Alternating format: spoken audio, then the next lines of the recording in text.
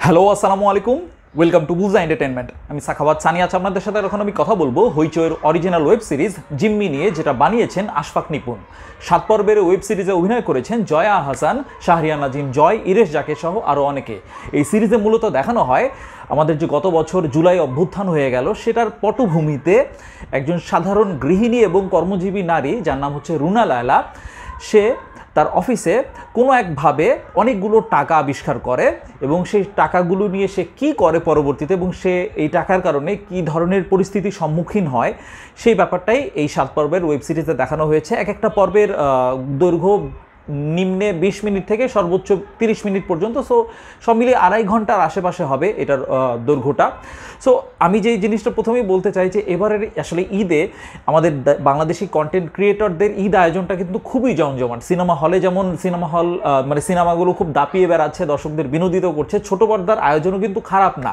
যেমন ওটিটির কন্টেন্টের কথাই যদি বলি, এই জিম্মিটা কিন্তু খুবই এন্টারটেইনিং লেগেছে। সে প্রসঙ্গে আসছি। মাইসেলফ অ্যালেন স্বপনটা আমি এখনও দেখি নাই, সেটাও প্রমিজিং লাগছে। তারপর হাউস সুইট একটা কন্টেন্ট বের হয়েছে, কাজল আরিফিন অমির, যেটা বঙ্গতে রয়েছে। সো আয়োজনের দিক থেকে কিন্তু বেশ জমজমার একটা পরিস্থিতি ক্রিয়েট করেছে। এখন এই ওয়েব সিরিজটার কথায় যদি আসি, আমার কাছে আসলে এটা দারুণ দারুণ দারুণ এন্টারটেইনিং একটা সিরিজ লেগেছে। আমি আসলে আশফাক নিপুণের কাছ থেকে কাজ সবসময় আশা করি, কিন্তু তিনি অনেক বেশি অনিয়মিত, অনেক দিন পর পর তিনি কাজে আসেন। তার কাজের আগে আপনারা মহানগর দেখেছেন, আরও অনেক দারুণ দারুণ কাজ তিনি নাটকে উপহার দিয়েছেন। তো তার কাজের জন্য অনেক অপেক্ষায় থাকি, কিন্তু তিনি কাজ করেন খুবই কম কাজ করেন। সো এই কাজটা আসলে অনেক বড় একটা ট্রিট ছিল ঈদে দর্শকদের জন্য। আমি জানি না যে এই কাজটা তিনি ঈদকে চিন্তা করে নির্মিত করেছেন কিনা। তো যদি করে থাকেন তাহলে আসলে খুব দারুণ একটা জমজমাট কাজ হয়েছে। তার কারণ হচ্ছে মানে এই সিরিজের সবচেয়ে উল্লেখযোগ্য বা সবচেয়ে পজিটিভ আসপেক্টের কথা যদি আমি বলি সেটা হচ্ছে যে আশফাক নিপুণের ডিরেকশন। কারণ এই সিরিজটার মধ্যে যেই ব্যাপারগুলো দেখানো হয়েছে, সেই ব্যাপারগুলো কিন্তু মানে রাজনৈতিক প্রেক্ষাপটের ব্যাপারটা এক ধরনের দেখা হয়েছে। কারণ জুলাই অভ্যুত্থানের সময় আপনারা সবাই জানেন যে আমাদের দেশের রাজনৈতিক যে প্রেক্ষাপট কত উত্তাল ছিল। সো এটা একটা খুব ডার্ক টোনের একটা ব্যাপার, খুব আসলে সিরিয়াস টোনের একটা ব্যাপার। এবং একটা সরকারি অফিসে একটা অনেক বড় রকমের একটা টাকা আত্মসাতের ব্যাপার, দুর্নীতির একটা পয়েন্ট রয়েছে, সেখানে একটা ব্যাপার রয়েছে। তারপরে ম্যারিড লাইফে যে একটা ক্রাইসিস থাকা বা পরকীয়া প্রেমের যে একটা অ্যাঙ্গেল, এই সবকটা ব্যাপার কিন্তু খুব সিরিয়াস। কিন্তু এই পুরো ব্যাপারটাকে, এই সিরিয়াস সাবজেক্ট ম্যাটারগুলোকে পরিচালক আশফাক নিপুণ ট্রিট করেছেন একদম কমিক ওয়েতে, মানে এক ধরনের কমেডি ট্রিটমেন্ট করেছেন তিনি পুরো সিরিজটা জুড়ে। আপনি যদি সিরিজটার ওভারঅল মিউজিক, ব্যাকগ্রাউন্ড মিউজিক দেখেন, সব কয়টা সিকোয়েন্সের তিনি ট্রিটমেন্টটা করেছেন একটা কমেডি টোন বজায় রেখে, যেটা আসলে এই ঈদের এই পার্টিকুলার এই সময়টাতে আমার জন্য আসলে অনেক বোনাস ছিল। আপনারা যারা আমার চ্যানেল অনেক আগে থেকেই ফলো করেন তারা জানেন যে আমি ঈদের সময় সবসময় এই কথাটা বলি, স্পেশালি নাটকের রিভিউ করার সময়, যে আমি এই সময়টাতে খুব আনন্দ ঘন একটা মুডে থাকি। আমি খুব চাই যে কমেডি ধরনের বা হাস্যার উপলক্ষ বা একটু আনন্দ উৎফুল্লভাবে কোনো কন্টেন্ট উপভোগ করব। কিন্তু দেখা যাচ্ছে যে বেশিরভাগ কন্টেন্ট নির্মাতা, নাটকে বলেন, ওটিটিতে বলেন বা সিনেমা হলে বলেন, সবাই খুব সিরিয়াস টোনের, স্যাড, ট্র্যাজিক, থ্রিল, ওই ধরনের ট্রিটমেন্টের কাজই আসলে এখন মানে যুগের চাহিদা বলেন বা যাই বলেন, ওই ধরনের কাজই কিন্তু বেশি আসে। সেই তুলনায় এরকম লাইট হার্টেড কমেডি, এই ধরনের কাজ কিন্তু আসলে ভালো কাজ খুব কমই আসে। সো এই ক্ষেত্রে যারা আমার মতো মেন্টালিটির আছেন, যারা একটু হাসতে চান, মজা পেতে চান, তারা আসলে আমার মনে হয় এই জিম্মি কাজটা অনেক এনজয় করবেন। বা পুরো সিরিজটা অত বেশি দৈর্ঘ্যেও তো নাই, কিন্তু মানে বোর হওয়ার মতো কোনো মোমেন্টই নাই। এত দুর্দান্তভাবে স্ক্রিন প্লেটা লেখা হয়েছে, সংলাপগুলো লেখা হয়েছে। তো এই ট্রিটমেন্টটার কারণেই আসলে এই কাজটা এত এনজয়েবল লেগেছে। প্রত্যেকটা এপিসোডে প্রত্যেক যে ক্যারেক্টারগুলোকে লেখা হয়েছে, তাদের ক্যারেক্টারগুলো খুব সুন্দর করে লেখা হয়েছে, এবং যারা অভিনয়শিল্পী, যারা অভিনয় করেছেন, তারাও সেটা দারুণভাবে প্লে করেছেন।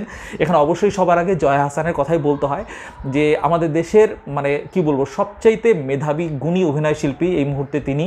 কিন্তু তাকে আসলে আমরা ভালো কাজে এরকম করে পাই না, এবং বাংলাদেশি যে কাজগুলোতে তাকে দেখা হয়, আনফর্চুনেটলি কেন যেন সবসময় তাকে ওই দারিদ্র, দুঃখ, ভারাক্রান্ত, জীবন ঘনিষ্ঠ এই ধরনের বোরিং সিনেমাতেই তাকে দেখতে পাই। লাস্ট বিউটি সার্কাস দেখেছিলাম, পেয়ারা সুবাতাস দেখেছিলাম, আমার ওই দুইটা কাজের কোনোটাই পোষায় নাই। কেন যেন তাকে নির্মাতারা চিন্তা করলে সবসময় এই ধরনের মানে কষ্ট, দুঃখ টাইপের কাজেই কেন যেন তাকে সিলেক্ট করেন। তিনি তার মধ্যে যে এক ধরনের ভার্সিটালিটি আছে, সেটা কেউ এক্সপ্লোরই করতে চান না। সো এই কাজটার মাধ্যমে আপনারা দেখবেন যে how much fun she can be. আমার মনে হয় যে তিনি নিজেও হয়তো এই কাজটা করতে অনেক এনজয় করেছেন, এই জন্যই সেই জিনিসটা আমরা দর্শক হিসেবে ফিল করতে পেরেছি যে কত মানে কমেডি দৃশ্যগুলোতেও তিনি কতটা সাবলীল, কত সুইট লেগেছে তাকে দুর্দান্ত লেগেছে। আসলে পুরো সিরিজটা আসলে অনেকটাই তার উপরে দাঁড়িয়েছিল, তার পারফরমেন্সের উপর দাঁড়িয়েছিল। সো তিনি she did a great job. তাকে দেখাটা আসলে অনেক বড় একটা আনন্দের বিষয় ছিল এই ধরনের একটা রোলে, কারণ তাকে সাধারণত সবসময় ইনফ্যাক্ট কলকাতার কাজগুলোতেও কিন্তু একটু সিরিয়াস ধরনের কাজই সবসময় দেখা যায়। তো এই ধরনের একটা কাজে তাকে দেখতে পাওয়াটা অনেক আনন্দের ছিল। থ্যাংক ইউ আশফাক নিপুন যে তাকে এই ধরনের একটা কাজে সিলেক্ট করার জন্য, এবং তিনি পারফরমেন্সও দারুণ দিয়েছেন। তার পাশাপাশি শাহরিয়ার নাজিম জয় এবং ইরেশ জাকের, তারাও তাদের চরিত্রে অনেক দুর্দান্ত ছিলেন। ইরেশ জাকের না সবসময় এই ধরনের বোকাশোকা রোলে টাইপ কাস্টও কিছুটা, কিন্তু তিনি আসলে অপ্রতিদ্বন্দ্বী এই ধরনের কাস্ট মানে চরিত্রে তিনি সবসময় খুব সুন্দর মানিয়ে যেতে পারেন। তো এখানে যেমন একটু গোবেচারা স্বামী, তার হয়তো ওরকম সামর্থ্য নাই, বা স্ত্রী হয়তো তার থেকে একটু বেশি উৎফুল্ল, সব সম্পর্কেই কিন্তু দেখা যায় যে একজন একটু ডমিনেটিং থাকে। সেই ক্ষেত্রে হয়তো জয়া হাসানের চরিত্রটা, রুনাল আর একটু ডমিনেটিং, তো তিনি একটু গোবেচারা স্বামী টাইপের চরিত্র। তিনি হয়তো অনেক কিছু দেখছেন বুঝছেন কিন্তু কিছু করতে পারছেন না, এই ব্যাপারটা তিনি তার চরিত্রের মাধ্যমে খুব সুন্দরভাবে পারফরমেন্সের মাধ্যমে ফুটিয়ে তুলতে পেরেছেন।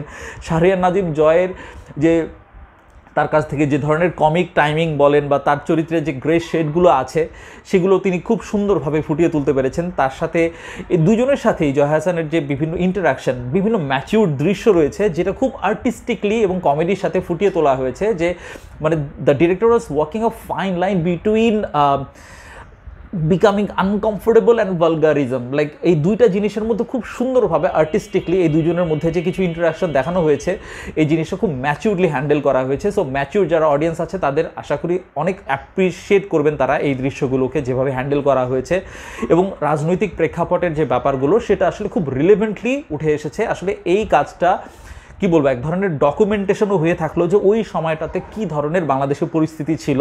যদিও কমেডির মাধ্যমেই দেখানো হয়েছে জিনিসগুলো, তারপরেও ভালো একটা ডকুমেন্টেশন হয়ে থাকলো এই সিরিজের মাধ্যমে যে ওই সময় আমাদের দেশের রাজনৈতিক প্রেক্ষাপট কীরকম ছিল, এবং সেই প্রেক্ষাপটে আশেপাশে যে মানুষজন ছিলেন বিভিন্ন পেশার, বিশেষ করে সরকারি কর্মচারী যারা ছিলেন তাদের অবস্থাটা কীরকম হয়েছিল, দেশে ওভারঅল পরিস্থিতিটা কীরকম ছিল সেটার একটা চিহ্ন কিন্তু এই ওয়েব সিরিজে থেকে যাবে। এছাড়া সিরিজের অন্যান্য যে টেকনিক্যাল আসপেক্টগুলো ছিল সেটাও যথেষ্ট সমৃদ্ধ ছিল।